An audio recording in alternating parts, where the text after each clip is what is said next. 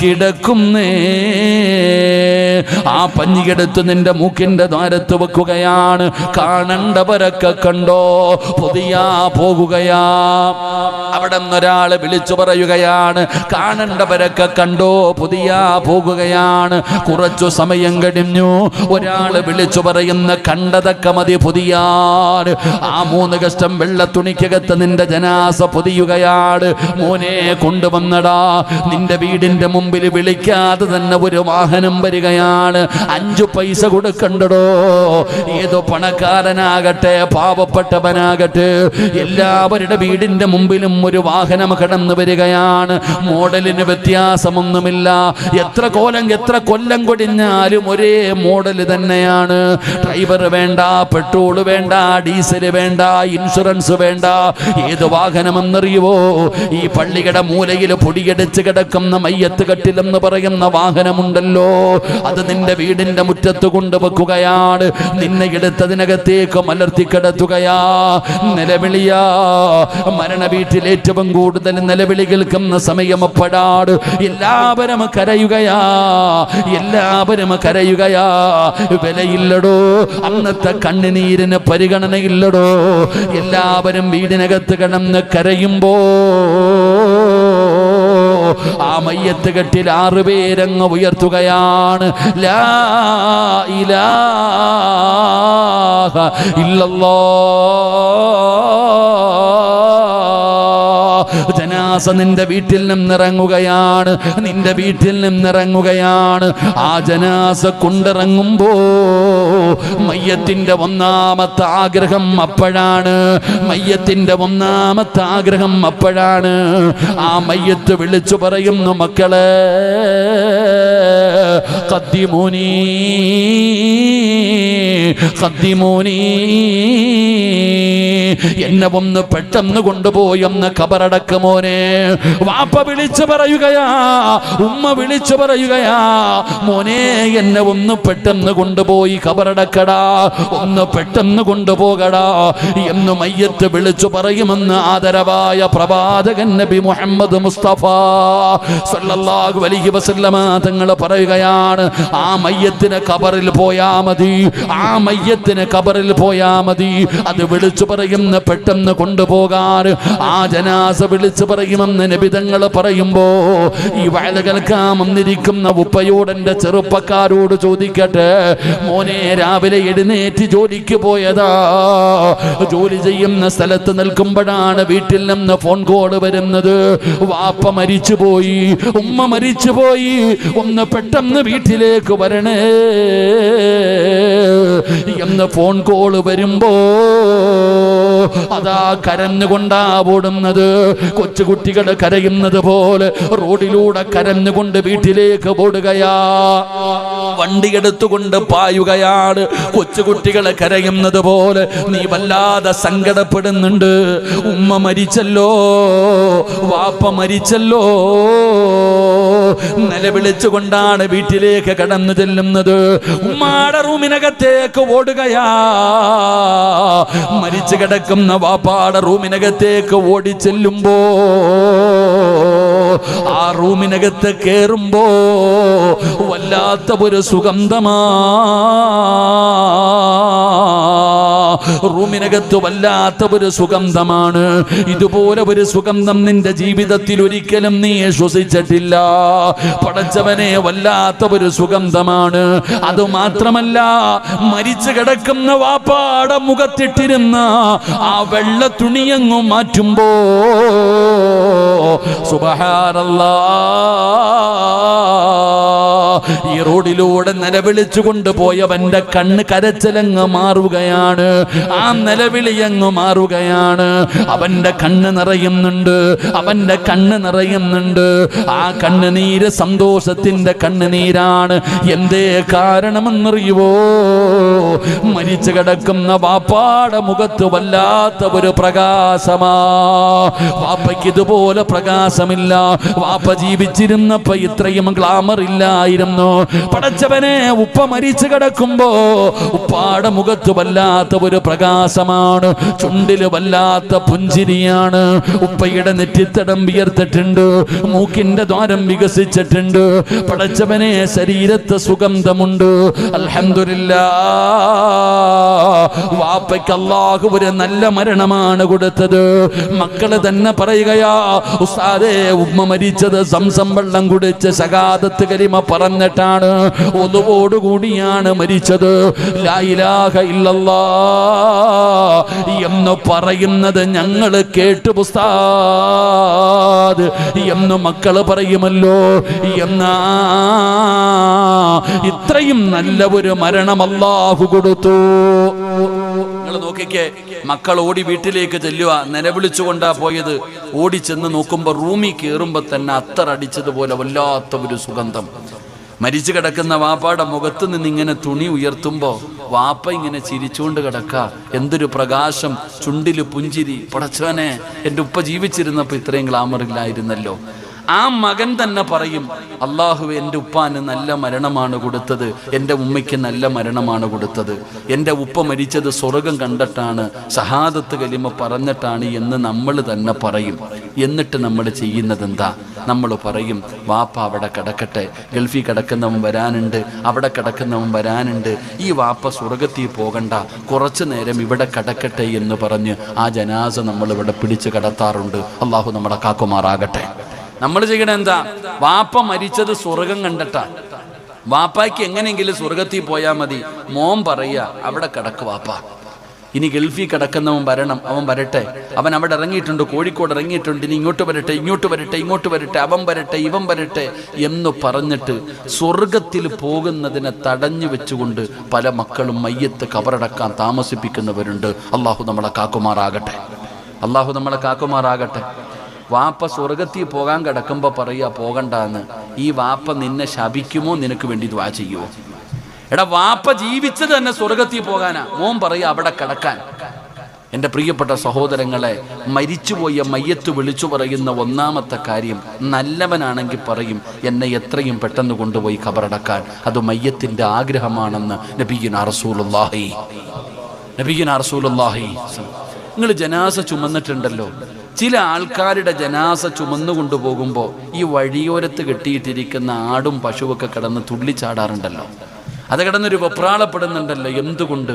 ഈ മോശമായ മയ്യത്ത് വിളിച്ചു പറയും, എന്നെ നിങ്ങൾ എവിടെ കൊണ്ടുപോവാ, എന്നെ നിങ്ങൾ കൊണ്ടുപോകല്ലേ, കൊണ്ടുപോകല്ലേ എന്ന് ആ മയ്യത്ത് നിലവിളിച്ചുകൊണ്ട് പറയുന്നത് കാണുന്നത് കൊണ്ടാണ് ഈ മൃഗങ്ങൾ ചാടുന്നത്. എന്നാൽ ഒരു നല്ല മയ്യത്ത് പറയും, എന്നെ എത്രയും പെട്ടെന്ന് കൊണ്ടുപോയി കബറടക്കാൻ.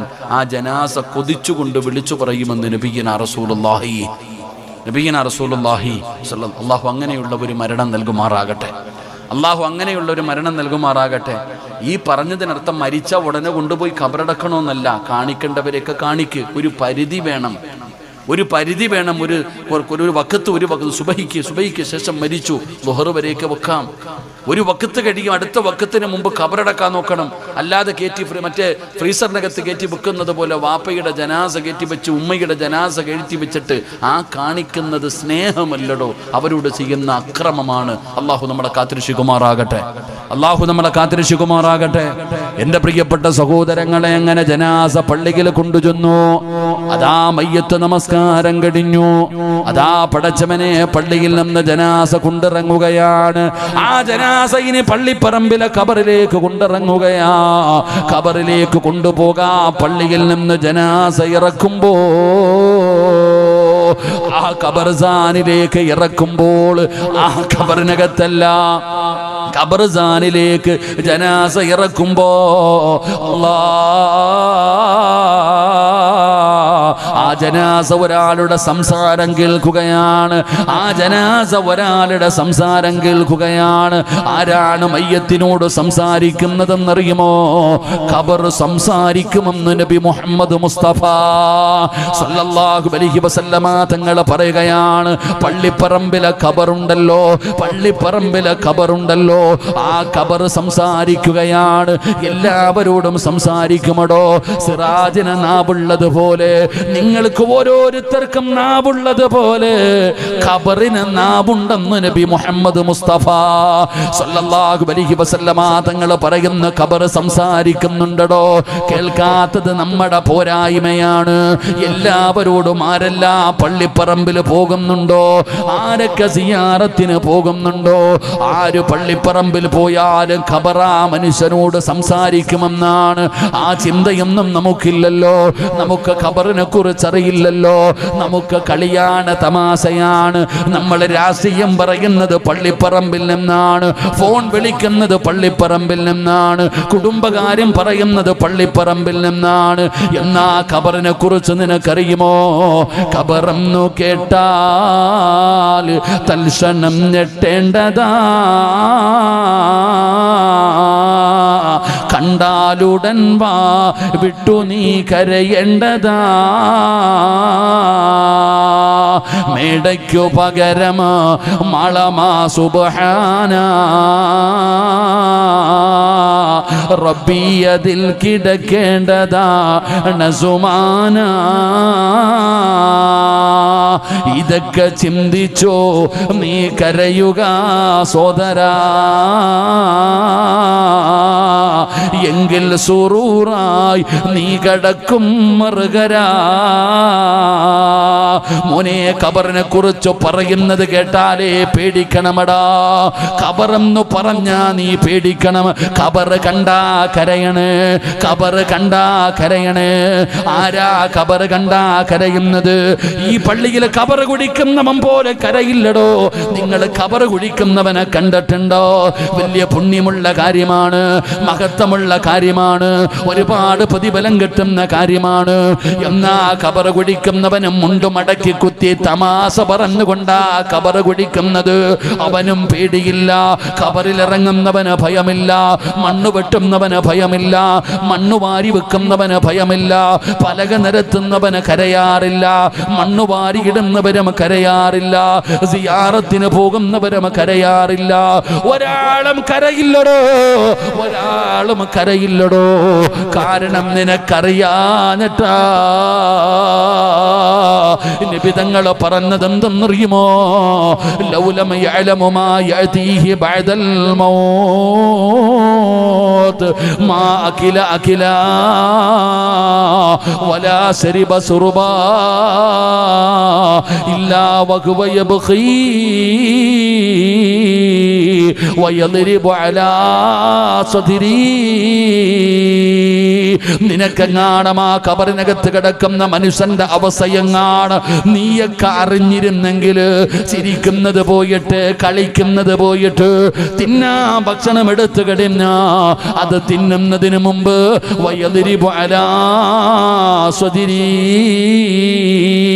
നീ നിലവിളിക്കുമായിരുന്നു, നീ നിലവിളിക്കുമായിരുന്നു.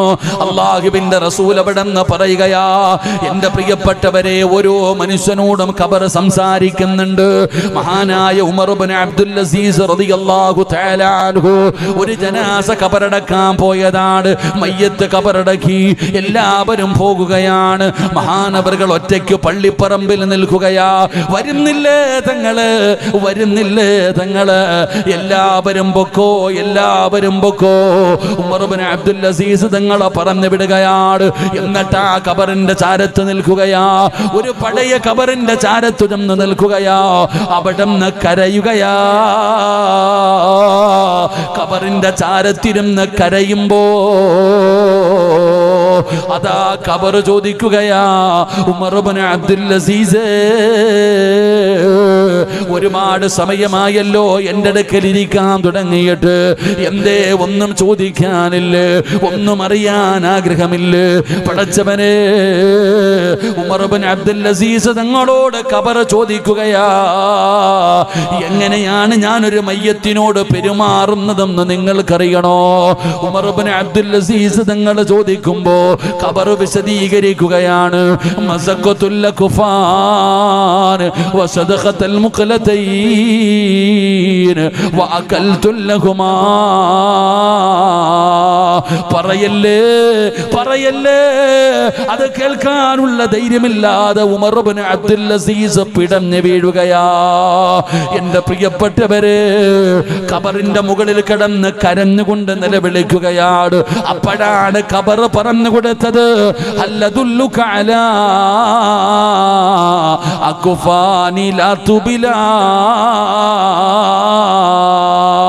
രക്ഷപ്പെടാനുള്ള വഴി പറഞ്ഞു കൊടുക്കുകയാണ്. അതുകൊണ്ട് ജനാസ കൊണ്ടിറങ്ങുമ്പോ ആ മയ്യത്തിനോട് ഖബർ സംസാരിക്കുകയാണ്. പടച്ചവനെ ഖബറിലേക്ക് ഇറക്കി വെച്ചു. അതാ ഒരാള് ഖബറിനകത്തിറങ്ങി 3 കെട്ടുകൾ അടിച്ചു മാറ്റി കിബിലയുടെ ഭാഗത്തേക്ക് തലതിരിച്ചു വെച്ചു. എന്നിട്ട് മിൻഹാ ഖലഖനാകും വഫീഹാ നുഈദുകും വമിൻഹാ നുഖ്രിജുകും താറത്തൻ നുഖ്റാ എന്ന് പറഞ്ഞുകൊണ്ട് ഒരു പിടി മണ്ണ് വാരുകയാണ്. എന്നിട്ട് കബളിന്റെ താഴെ വെക്കുകയാണ്. പടച്ചവരെ പലക നിരത്തുകയാ. വന്നവര് മുഴുവനും മണ്ണ് വാരിയിട്ടടോ. അതാ എല്ലാവരും മണ്ണിട്ട് മൂടുകയാ. എല്ലാവരും മണ്ണിട്ട് മൂടി 2 ചെടികൾ നട്ടു, വെള്ളമൊഴിച്ചു. എല്ലാവരും പറയുന്നു, അസ്സലാമു അലൈക്കും യാ ദാറ ഖൗമുൽ മുഅ്മിനീൻ വ ഇന്നാ ഇൻഷാ അല്ലാഹു ബികും ലാഹിഖൂൻ. എല്ലാവരും സലാം പറയുകയാണ്. മഅസ്സലാമാ എന്ന് പറഞ്ഞുകൊണ്ട് 7 ചുവട്ടടി വെച്ച് കഴിഞ്ഞാൽ 7 ചുവട്ടടി വെച്ച് കഴിഞ്ഞാൽ സുബ്ഹാനല്ലാഹ്, അതാ വരുന്നു മുൻകറുൻ നകീർ. 2 മലക്കുകൾ ഖബറിലേക്ക് ഇറങ്ങി വരികയാണ്. അവിടെ നിന്ന് ചോദ്യം തുടങ്ങുകയാണ്. അതാ റൂഹ് തിരിച്ചു തന്ന് നിന്നെ പിടിച്ച് ചാരിയിരുത്തിയിട്ട് അതാ മലക്കുകൾ ചോദിക്കുന്നു. അവിടെ നിന്ന് ചോദിക്കുകയാ, മൻ റബ്ബുക മൻ ദീനുക മൻ ഇമാമുക. അവിടെ നിന്ന് ചോദ്യം ഇങ്ങനെ ചോദിക്കുകയാണ്. അതാ ഉത്തരം ഇങ്ങനെ പറയുകയാണ്. അതാ ഉത്തരം ഇങ്ങനെ പറയുകയാണ്. പടച്ചവനെ, അതാ മലക്കുകൾ ചോദിച്ച ചോദ്യങ്ങൾക്ക് മുഴുവനും ഉത്തരം പറഞ്ഞു കഴിയുമ്പോ ആ മലക്കുകൾ പറയാൻ പോകുന്ന വാചകം എന്തെന്നറിയുവോ? ലം കനൗമത്തിൽ അറൂസ്, ലം കനൗമത്തിൽ അറൂസ്. അതാ മണിയറക്കകത്ത് കടന്നുറങ്ങുന്നത് പോലെ ഖിയാമത്ത് നാൾ വരെ ഉറങ്ങിക്കോ. ഖിയാമത്ത് നാൾ വരെ ഈ ഖബറിനകത്ത് കിടന്നുറങ്ങിക്കോ. ഏതുപോലെ പഠിക്കടാ ചെറുപ്പക്കാരാ, എന്റെ പ്രിയപ്പെട്ട യുവത്വമേ. എങ്ങനെയാ കിടന്നുറങ്ങാൻ പറയുന്നത്? അതിരാത്രിയിൽ ഒരു പെണ്ണ് കിടന്നുറങ്ങുന്നത് പോലെ, മണിയറക്കകത്തൊരു ചെറുപ്പക്കാരൻ കിടന്നുറങ്ങുന്നത് പോലെ ഖിയാമത്ത് നാൾ വരെ ഇതിനകത്ത് കിടന്നുറങ്ങിക്കോ. ലം കനൗമത്തിൽ അറൂസ് എന്ന് മലക്കുകൾ പറയുമെന്ന് നബിതങ്ങൾ പറയുമ്പോ എന്തിനാണ് അങ്ങനെ പറയുന്നതെന്നറിയുമോ? പടച്ചവനെ, പുതിയ പുതുമണവാട്ടിയും പുതുമണവാളനും അവരെ കിടന്നുറങ്ങുന്നത് പോലെ ഉറങ്ങാ പറയാറുള്ള കാരണം എന്താ? പടച്ചവനെ, കല്യാണം കഴിഞ്ഞ് മണവാട്ടിയും മണവാളനും അതാ ബെഡ്റൂമിനകത്ത് കയറി കഴിഞ്ഞാൽ, അവരുടെ മണിയറക്കകത്ത് കയറി കഴിഞ്ഞാ പിന്നെ പറയും, ആരും അവരെ ശല്യം ചെയ്യല്ലേ. കുട്ടികളോട് പറയും, അങ്ങോട്ട് പോകരുത്, അവരുടെ ആദിരാത്രിയാണ്, അവര് സന്തോഷത്തോടെ ഇരിക്കട്ടെ, അവര് ജീവിതം തുടങ്ങുകയാണ്, അവരെ ശല്യം പോലും ചെയ്യാൻ പാടില്ല എന്ന് പ്രായമുള്ള ഉമ്മമാര് പറയുമായിരുന്നു. പടച്ചവനെ, അത് പണ്ടായിരുന്നടോ, അതൊക്കെ പണ്ടായിരുന്നടാ ചെറുപ്പക്കാരാ. ഇന്ന് പടച്ചവനെ, മണിയറക്കകത്ത് പുതുമണവാട്ടിയും മണവാളനും കയറുമ്പോ ആ കട്ടിലിനടിയിൽ കയറി പതുങ്ങിയിരിക്കുന്നവരുണ്ട്, പടക്കം പൊട്ടിക്കുന്നവരുണ്ട്, ആ പുതിയ പഴയ വീടിന്റെ പുറത്തിറക്കിയിട്ട് അകത്ത് കയറി പൂട്ടിക്കിടക്കുന്ന കൂട്ടുകാരുണ്ട്. ഇന്നങ്ങനെ പല അനാചാരങ്ങളാണ് നടക്കുന്നത്. ഈ സമുദായത്തിന് തന്നെ നാണക്കേട് വരുത്തുന്ന രീതിയിൽ വിവാഹമെന്ന് പറയുന്ന ആ പുണ്യമായ കർമ്മം നടത്തുമ്പോ എന്തൊക്കെ പേക്കൂത്തുകളാ നടക്കുന്നതെന്നറിയുവോ? അള്ളാഹുവിന്റെ ദീനിനെ നാണം കെടുത്തുന്ന രീതിയിൽ മുസ്ലിം ഉമ്മത്ത് കാണിക്കുന്ന അഹങ്കാരം അഹങ്കാരം എത്ര വലുതാ. മുസ്ലിം ഉമ്മത്ത് വിവാഹമെന്ന് പറയുന്ന ഒരു ഇബാദത്ത് നടക്കുമ്പോ അതിനകത്ത് കാണിക്കുന്ന പേക്കൂത്തുകൾ അറിയുമോ? ഗാനമേളകൾ നടത്തുന്നവരുണ്ടല്ലോ. പടച്ചവരെ, അറബി കല്യാണം, മഞ്ഞ കല്യാണം, മൈലാഞ്ചി കല്യാണം, ഇന്നെത്ര കല്യാണമാണോ നടക്കുന്നത്? ഏറ്റവും വലിയ സങ്കടം എന്തെന്നറിയുവോ? അല്ലാ, ഏതു കുടുംബത്തിലും ഒരു നല്ലവൻ കാണും സഹോദരാ. എല്ലാവരും തലതിരിഞ്ഞു പോകാറില്ല. ഒരു കുടുംബത്തിലെ എല്ലാവരും തലതിരിഞ്ഞു പോകാറില്ല.